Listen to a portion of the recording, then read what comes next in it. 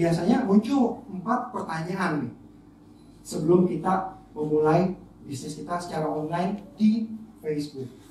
Ya, nah di sini saya akan coba ulas satu persatu. Apa saja sih 4 pertanyaan yang perlu Anda jawab ke diri Anda sendiri, yang perlu Anda tanya ke diri Anda sendiri sebelum Anda memulai bisnis secara online. Kenapa begitu? Karena jujur, begitu Anda terjun di bisnis online, itu berbeda dengan traditional bisnis atau offline bisnis. Banyak orang datang ke saya, begitu mereka bikin halaman bisnis Facebook, mereka mencobanya selama sebulan, 2 bulan, 3 bulan, kalau mereka nggak berhasil, kemudian mereka menyerah begitu saja. Ya, nah di sini kita akan coba lihat apa saja sih 4 pertanyaan itu supaya begitu Anda memulai, Anda nggak gampang untuk menyerah dan Anda akan tahu strateginya bagaimana supaya memajukan toko online Anda menggunakan Facebook halaman bisnis. Ya, yuk langsung kita masuk ke pertanyaan pertama. Apa sih cerita saya? Apa yang ingin Anda bagikan ke audiens Anda, ke komunitas Anda di halaman bisnis Facebook? Ceritanya apa? Jadi saya mau mulai dengan ini. Kita kenal ada 2 istilah dalam penjualan, ya. Ada yang namanya hard selling, ada juga yang namanya soft selling. Hard selling itu biasanya kalau kita ngetok pintu orang, lalu kita nawarin, pouchnya bu, pouchnya pak, harganya cuma Rp5.000, ya, seperti itu. Jadi langsung jualan produk. Oh, di online gimana hard sellingnya? Mungkin Anda langsung cepat foto, gambar, langsung kemudian kasih deskripsi barang, pouch cantik, ya, warna putih, harga Rp5.000, bahan dari kain katun, ada resletingnya. Nah, seperti itu. Itu namanya hard selling. Tapi di dunia online kadang-kadang itu nggak berhasil seperti itu. Yang perlu kita lakukan, kita harus terutama di Facebook, ya, di sosial media seperti Facebook, yang perlu kita kedepankan adalah soft sellingnya. Ibaratnya bagaimana sih Anda itu ingin menjual, tapi kelihatannya itu seolah-olah tidak menjual. Nah, itu yang perlu Anda kedepankan. Bingung? Contoh ya, saya kasih contoh. Misalkan, bukan misalkan lagi, ini kisah realnya. Jadi kita punya binaan kita di Surabaya, itu namanya Ibu Dia. Jualannya dia yaitu kue kering, kue nastar, kastengel, dan lain-lain. Nah, bagaimana dia itu bisa sukses berjualan di halaman bisnis Facebook? Yaitu dengan menggunakan yang soft selling tersebut. Apa cerita saya? Jadi bukannya dia tuliskan foto produk nastar atau kastengel, nastar, kastengel 80.000 per box. Enggak seperti itu. Karena tiap kali dia posting seperti itu, nggak ada komen. Bahkan nggak ada yang like. Tapi kalau dia posting, hari ini buatan saya, orderan customer 30 dus nastar misalnya. Hari ini dengan suaminya yang dia dibonceng motor, lalu di kiri kanannya dibawa nastar atau kastengel. Hari ini orderan sekian, lagi jalan nih ke rumah customer. Lalu di lain hari lagi sambil ngaduk adonan nastar, ya. Siang hari ini panas-panas lagi ngaduk nastar nih untuk customer, untuk pesanan customer. Nah, itulah yang disebut dengan soft selling. Jadi bukan berjualan langsung ini produknya, tapi dia kasih cerita di balik produk tersebut. Nah, di social media, di Facebook, cara itu lebih efektif dibandingkan Anda terang-terangan langsung berjualan seperti itu. Nah, jadi yang perlu Anda tanyakan ke diri Anda adalah apa sih cerita yang ingin Anda kedepankan. Contoh satu lagi, ada yang pernah dengar cerita Oli? Namanya Oli Salsabella, wanita muda sangat cerdik sekali. Dia itu seorang penulis buku. Apa kisah Oli? Oli dia nulis buku, dia datangin penerbit. Supaya apa? Supaya bukunya bisa diterbitkan. Dia datang, ketok pintu, kamu selalu dimentahkan sama penerbit. Nah, kurang menjual, paling cuma laku 1.000 eksemplar. Datang lagi ke tempat lain, sama juga. Oli mengalami penolakan demi penolakan demi penolakan. Tapi apakah itu membuat dia putus asa? Justru malah dia gali putar otak dan akhirnya dia, kalau misalkan mereka nggak mau nerbitin buku gue, ya sudah, gue yang akan jadi penerbit sendiri untuk buku gue. So, yang dia lakukan adalah dia bikin yang namanya nulisbuku.com. Itu adalah online self publishing pertama di Indonesia. Jadi dia bisa menerbitkan bukunya sendiri. Dari nulisbuku.com ini dia pun juga bisa membantu orang lain untuk menerbitkan buku mereka. Mereka yang punya masalah yang sama dengan Oli itu bisa terbantu dengan adanya nulisbuku.com ini. Apa cerita Oli? Oli punya masalah, dia temukan solusinya, lalu dia bagikan cerita itu ke orang lain. Nah, inilah cerita Oli yang selalu dia bagikan. Satu cerita lagi, dan ini adalah cerita saya sendiri yang kadang-kadang saya juga suka bagikan. Saya sudah menikah, punya 2 orang anak. Sekarang si anaknya udah 9 sama 7 tahun. Nah, istri saya itu memulai jualan online, dan cerita itu saya bagikan ke orang-orang. Tujuannya apa? Supaya saya dapat reseller baru, dan it works. Begitu saya ceritakan mereka, oh iya, ternyata masalah bapak sama dengan masalah saya. Ya udah deh, saya juga mau jadi reseller. Nah, itu cerita saya. Apa cerita Anda? Ya, jadi ingat, kira-kira seperti itu. Apa yang ingin Anda sampaikan ke audiens Anda? Lalu kemudian yang kedua, ya, apa sih tujuan bisnis Anda? Saya yakin semua di sini punya tujuan kan? Usaha. Apa sih tujuan Anda berbisnis? Nyari duit.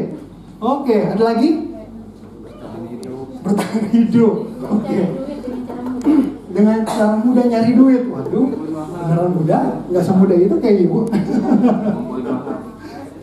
Banyak alasan ya. Alasan utama mungkin untuk menghidupi keluarga, untuk mendapatkan penghasilan. Mungkin ada yang tujuannya mulia, untuk membantu lingkungan sekitar ya, supaya bisa mempekerjakan karyawan-karyawan di lingkungan sekitar.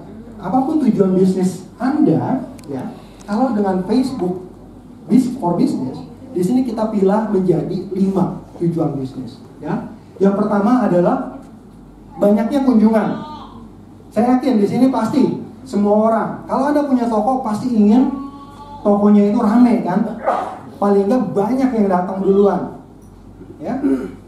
Nah, banyaknya kunjungan. Lalu kemudian apa yang kedua? Penjualan. Pasti setelah orang datang, tujuan Anda agar orang tersebut bisa belanja di toko Anda, ya kan? Penjualan. Lalu kemudian yang ketiga, menciptakan prospek. Apa itu menciptakan prospek? Oke lah, dia sudah datang, tapi mungkin belum belanja. Tapi setidaknya dia sudah bisa menjadi prospek buyer. Nah, kalau di sosial media, kita sebutnya itu dengan engagement. Menurut saya, kenali pasar Anda. Anda jualan kopi, tentunya Anda tahu dong, pasar Anda adalah pencinta kopi, ya kan? Anda akan sia-sia membuang peluru kalau Anda targetnya itu salah sasaran, yang bukan pencinta kopi. Nah, sebagai UKM, ini deh, apa sih tantangan terbesar bagi UKM? Ada yang tahu nggak? Pemasaran, branding, modal, ya. Jadi kalau saya nanya di UKM, biasanya 2 hal yang paling bermasalah, bukan 2 hal yang bermasalah ya, pokoknya yang paling besar buat mereka adalah modal dan juga pemasaran, ya, sumber daya. Sebagai UKM, mereka itu kekurangan sumber daya, baik itu sumber daya modal maupun sumber daya tenaga. Nah, kalau kita salah dalam mentarget siapa pasar kita, istilah kita buang peluru itu kan sia-sia, ya kan? Seperti contoh tadi yang kopi tadi, ya. Makanya ini jadi sangat penting. Contoh, kalau saya jualan baju anak, ya, kira-kira target audiens saya itu siapa? Pasar saya siapa? Wanita, ya kan? Laki-laki bisa nggak beli baju anak? Hanya bisa beli baju buat anaknya, ya kan? Tapi pangsa pasar yang paling besar adalah wanita. Tadi ada yang nyebut ibu-ibu, artinya sudah punya anak, sudah married. Bisa dicek dari status Facebooknya sudah married, misalkan. Ya. Nah, bisa nggak misalkan bibinya itu beli baju untuk keponakannya? Bisa ya, walaupun dia mungkin yang single belum menikah. Nah, tapi pasar yang paling besar adalah yang ibu-ibu, yang sudah menikah. Kalau kita perkecil lagi ya, pasar kita dari segi umur. Kira-kira umur yang paling cocok ya untuk customer saya itu umur berapa sih kira-kira? 25 ke atas. Ke atasnya sampai berapa Mas? Pak? Sampai 40. Oke. Bisa nggak neneknya beli baju buat anaknya? Bisa. Bisa, tapi sekali lagi pasar yang paling besar adalah di angka tadi berapa? 25 sampai di 40. Intinya apa? Anda kenali persis siapa pasar Anda supaya Anda nggak nembak sembarangan istilahnya. Anda punya sumber daya yang terbatas. Ya, itu yang ketiga. Lalu yang keempat, ini juga penting. Apa yang unik dari bisnis Anda? Di Aceh banyak sekali warung kopi ya. Tadi saya sama Mas Amri itu baru aja nongkrong di kafenya Mas Amri? Alam Kuta Alam. Oh. Maklum kami baru pertama ya. Oh, kopinya top sekali gitu loh. Ya. Saya dulu udah lama sekali saya nggak ke Aceh, kurang lebih mungkin tahun 2010. Tapi saya belum ke warung kopi yang seperti di Kuta Alam itu. Itu saya suka sekali sama suasananya. Jadi benar-benar berbeda, di terbuka. Lalu kemudian mejanya itu ada pohon-pohon yang besar-besar. Jadi menurut saya itu salah satu keunikan dari mereka, ya, membuat bisnis mereka unik daripada hanya sebuah toko kopi yang ada di ruko-ruko saja. Pemandangannya pun nggak begitu banyak. Jadi itu menurut saya adalah salah satu yang membuat kenapa toko kopi mereka itu ramai. Oh, ramai sekali ya Mas Amri ya tadi ya. Bahkan siang-siang, seger banget itu kalau minum es kopi. Luar biasa. Jadi kenali apa sih yang membuat bisnis Anda itu unik? Apa yang membedakan toko Anda dengan toko sebelah? Ya, Anda harus kenali itu. Contoh mungkin misalkan gambar di depan. Pizza company di depan ini mungkin dia akan memberikan gratis pizza kalau saya mendeliver pizza tersebut telat katakanlah 30 menit. Nah, itulah USP dari si toko pizza ini. Contoh. Dari keempat hal di depan ini, kira-kira apa sih atau mana sih yang merupakan keunikan atau unique selling point? Ada yang tahu nggak? Misalkan kecepatan respon itu unique selling point nggak? Kira-kira? Ya. Unique selling point.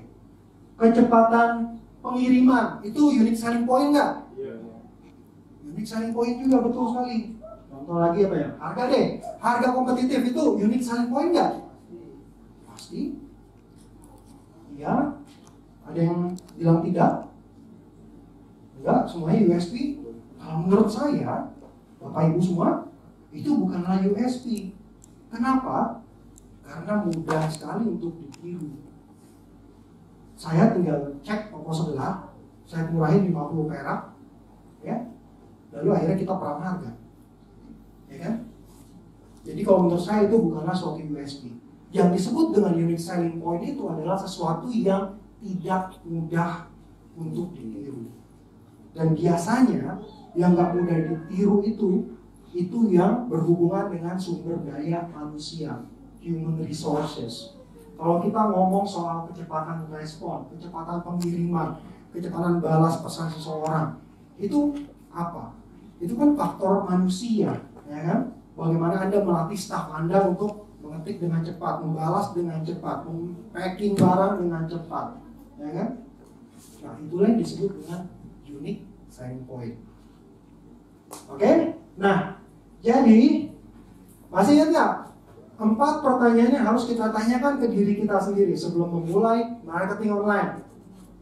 Yang pertama, yuk kita sebut sama-sama yuk. Apa aja? Yang pertama apa? Apa cerita saya? Apa cerita saya? Yang kedua? Apa tujuan bisnis saya? Tujuan bisnis. Yang ketiga? Siapa pacar saya? Siapa pacar saya? Pasar. Oke, yang keempat? Apa yang membuat bisnis saya unik?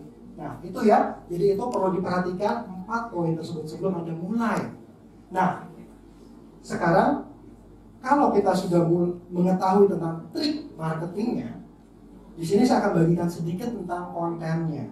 Kenapa?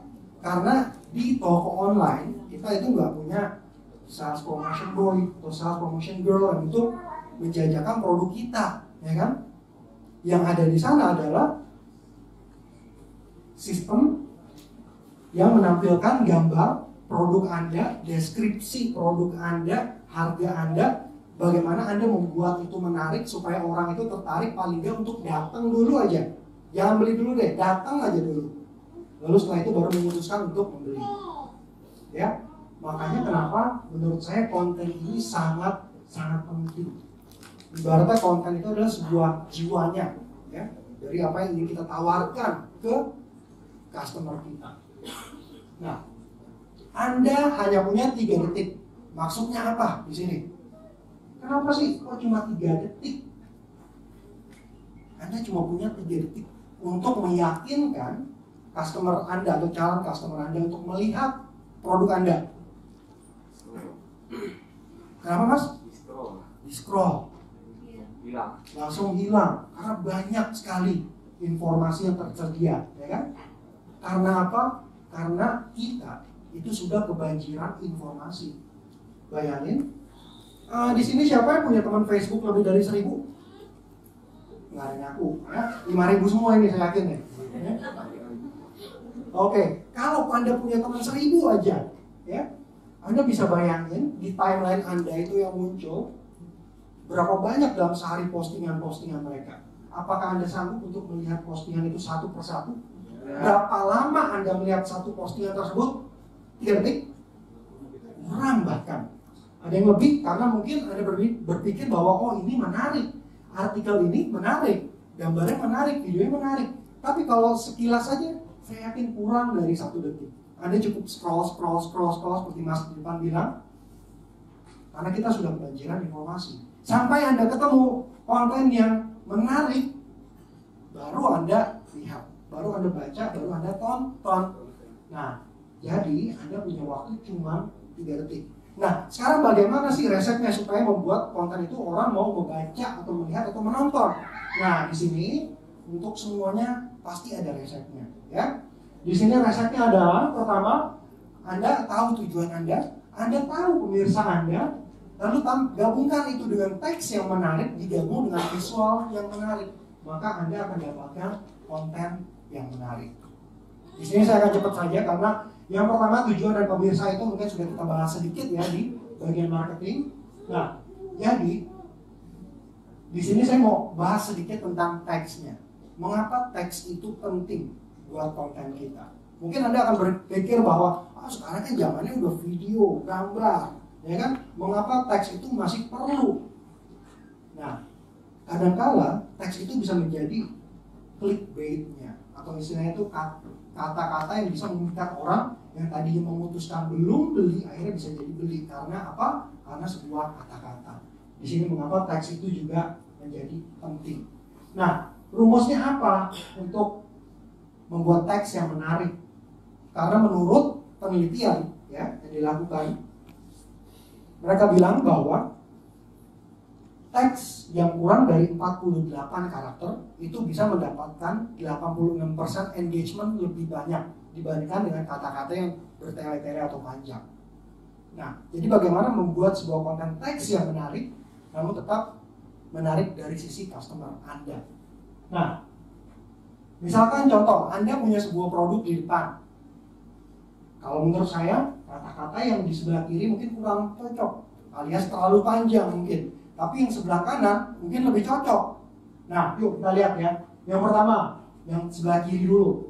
Perkenalkan produk populer kami, jaket kulit vegan. Ya. Hadir dalam berbagai model dan warna yang dibuat oleh tangan-tangan yang ahli dan berpengalaman. Kualitas tidak diragukan dan tidak ada hewan yang disakiti dalam pembuatan jaket ini. Baik kan kelihatannya kan? Nah, yuk kita bandingkan dengan yang di sebelah kanan. Yang menurut saya ini mungkin lebih tepat. Produk terpopuler kami. Begitu orang dengar kata terpopuler, apa yang ada di benak mereka? Produk nomor 1. ya kan, kualitas bagus, jaket kulit pegang, hanya dengan 300.000 rupiah, informasinya detail ya, ada harganya, dicek dompetnya, baru gajian nih, tanggal muda nih, ya kan, masih cukup uangnya. Upgrade penampilan Anda sekarang, hari Sabtu, hari Minggu, ya mau ketemu sama doi nih, nah upgrade penampilan Anda. Lalu clickbait-nya adalah beli sekarang. Tadinya mereka yang masih pikir-pikir itu mungkin bisa berubah karena clickbait ini, gitu ya. Jadi perhatikan juga bagaimana Anda menggunakan teks supaya itu bisa membuat orang atau agens Anda itu mau membeli produk atau jasa Anda. Lalu kemudian juga tetap teratur ya. Begitu Anda membuat sebuah halaman bisnis Facebook, ibaratnya Anda itu mengelola sebuah komunitas ya.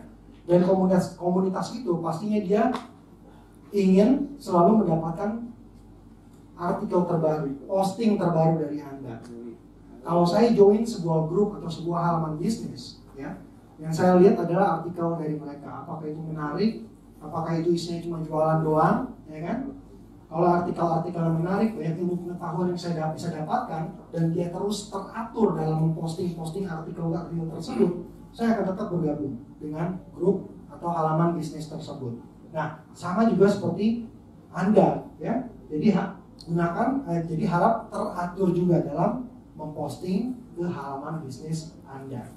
Mungkin Anda bilang, oh saya sibuk, saya fokus ke pekerjaan saya itu memproduksi barang, ya. Tapi juga Anda bisa luangkan waktu. Anda bisa luangkan waktu, misalkan, oke lah saya nggak bisa posting 3 kali sehari, tapi sebenarnya saya bisa posting 3 kali seminggu. Itu nggak apa-apa, yang penting teratur. Dan mungkin waktu saya nggak sempat untuk membahas fitur-fitur yang ada di halaman bisnis Facebook, tapi banyak sekali fitur-fitur halaman bisnis Facebook yang dapat membantu hal ini. Yaitu salah satunya yaitu dengan scheduling. Mungkin di sini beberapa ada yang sudah pernah dengar fitur scheduling. Jadi kalau misalkan Anda ingin memposting sesuatu artikel atau produk Anda ke halaman bisnis Facebook, nggak harus Anda nongkrong di komputer, lalu di jam sekian Anda klik posting. Tapi Anda bisa jadwalkan terdahulu apa yang ingin Anda tampilkan. Katakanlah Anda ingin bulan ini Anda jualan misalkan tentang kuliner. Di bulan ini Anda ingin menampilkan masakan Aceh saja, ya. Jadi di minggu pertama mungkin Anda tampilkan masakan Aceh yang mana, ya kan? Mie Aceh, mie goreng Aceh, dan lain-lain sebagainya. Dan itu bisa Anda jadwalkan. Hari ini posting ini keluar, hari besok posting yang ini keluar. Dan itu bisa dilakukan dengan fitur yang namanya scheduling. Dan itu hanya ada di halaman bisnis Facebook, ya. Nah, lalu kemudian visual, ini juga penting sekali. Visual, kalau kita ngomong visual, gambar atau video, ya, pasti ada 3 hal yang perlu kita perhatikan di sini, yaitu kualitas, komposisi, dan juga konsistensi. Ini menjadi penting karena visual yang menarik itu bisa mendatangkan orang untuk datang ke toko Anda. Nah, kalau video itu juga sama, yaitu durasi, ukuran, dan juga kualitasnya ini yang perlu kita perhatikan, ya. Nah, di sini saya juga mau tampilkan salah satu contoh yang menurut saya ini sangat brilian sekali, ya. Bagaimana sebuah perusahaan ini bisa mempromosikan atau mengkampanyekan, ya, apa yang ingin mereka promosikan itu dengan sangat-sangat efektif. Karena mereka ikuti 4 langkah yang saya sebutkan di atas. Mereka kenal, mereka tahu tujuan mereka apa, tujuan kampanye mereka tahu siapa pasar mereka untuk mengkampanyekan produk ini, mereka gunakan teks yang tepat, dan juga mereka gunakan video atau visual yang sangat tepat. Ada yang tahu logo di depan? Pepsodent, ya. Saya nggak tahu kenapa di Vietnam mereka kasih namanya itu P_S, ya, sedangkan di Indonesia dan di negara lainnya itu Pepsodent. Nah, jadi si Pepsodent ini di Vietnam, ya, di Vietnam. Kampanye di Vietnam, dia itu ingin mengkampanyekan tentang higienis, kesehatan gigi, kesehatan gusi untuk ibu-ibu di rural area, yaitu di area-area pedalaman yang bukan di perkotaan. Nah, mereka ingin menjangkau dengan video atau iklan di Facebook. Nah, yang brilian adalah dia tahu dia tahu apa tujuannya, yang tadi saya sebutkan. Dia juga tahu siapa target audiensnya, yaitu ibu-ibu yang berada di rural areas. Nah, karena dia tahu itu adalah rural areas di mana koneksi internet itu tidak sebagus kalau kita tinggal di kota besar, makanya dia kampanyekannya itu dengan video animasi seperti ini yang butuh bandwidth yang sedikit saja dibandingkan dengan live action. Live action itu kalau kita merekam langsung seperti ini dengan orang hidup, ya. Biasanya itu kan membutuhkan bandwidth yang lebih banyak dibandingkan dengan animasi. Nah, juga dengan untuk mengakali keterbatasan bandwidth, daripada dia bikin sebuah video yang panjang 1 menit 2 menit, dia bikin itu dia pecah itu menjadi beberapa video yang cuma berdurasi 5-10 detik saja. Nah, akhirnya setelah masa kampanye, ya, yang ditargetkan adalah 3 bulan, dia cukup mengkampanyekan iklan ini cuma 2 minggu saja. Hasilnya itu sudah sama sesuai dengan target dia selama 3 bulan. Nah, keberhasilan ini karena dia mengikuti rumus yang di atas. Dia kenali tujuan bisnis mereka, dia kenali siapa pemirsa mereka, lalu mereka menggunakan teks dan visual yang tepat. Nah, jadi harapan saya adalah ketika kita ingin membuat sebuah konten yang menarik, kita ingat